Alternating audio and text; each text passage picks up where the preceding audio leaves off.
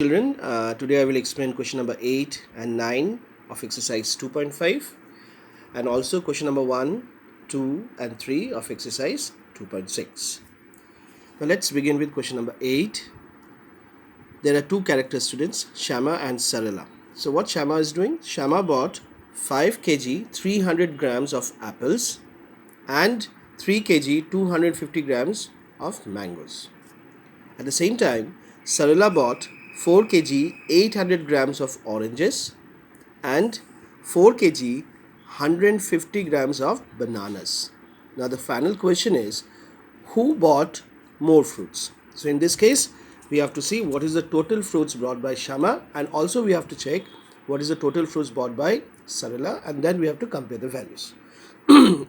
Okay, so let's check out with Shama first. So total fruits brought by Shama is what? 5 kg 300 grams. That is, she bought this much of apples plus 3 kg 250 grams of mangoes. So we'll add these two values. After adding, we'll get the sum as 8 kg 550 grams. Now let's check out regarding Sarala's part.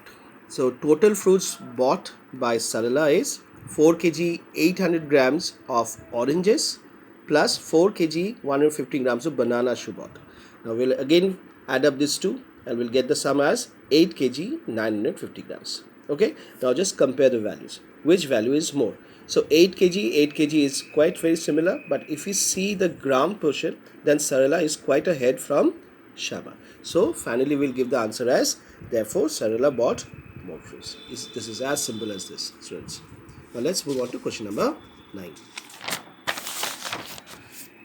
Now question number 9 is, how much less is 28 kilometer than 42.6 kilometer?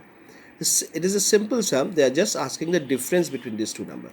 Okay, if you know the difference, then the answer would be whatever the answer will get, that is the number which will tell how much 28 kilometer is less than 42.6 kilometer. Okay, so just get the difference. So 42.6 and 28.0, just subtract it, you will get the answer as 14.6.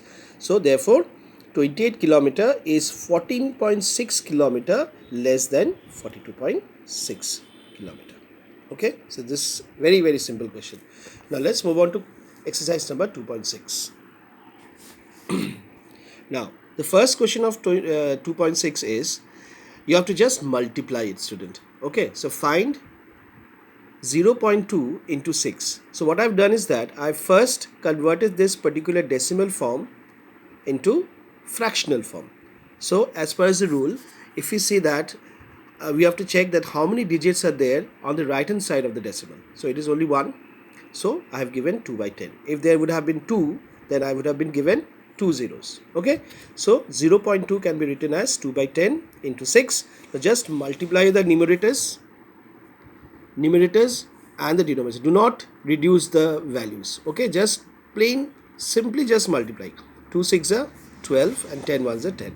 Now again we'll reduce this, convert this particular fraction into decimal form. That is, how many zeros are there? 1. So after 1 digit we'll put the decimal. So the final answer is 1.2.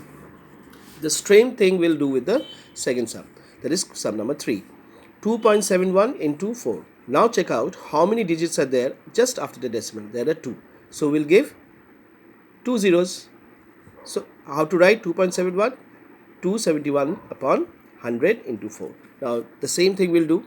We'll not reduce this. Okay, we'll just plainly multiply. So 271 into 4 is 1084. 100 ones are 100. Now we'll again convert this particular fraction into decimal. So 2 zeros are there. So after 2 digits we'll put the decimal. So final answer is 10.84.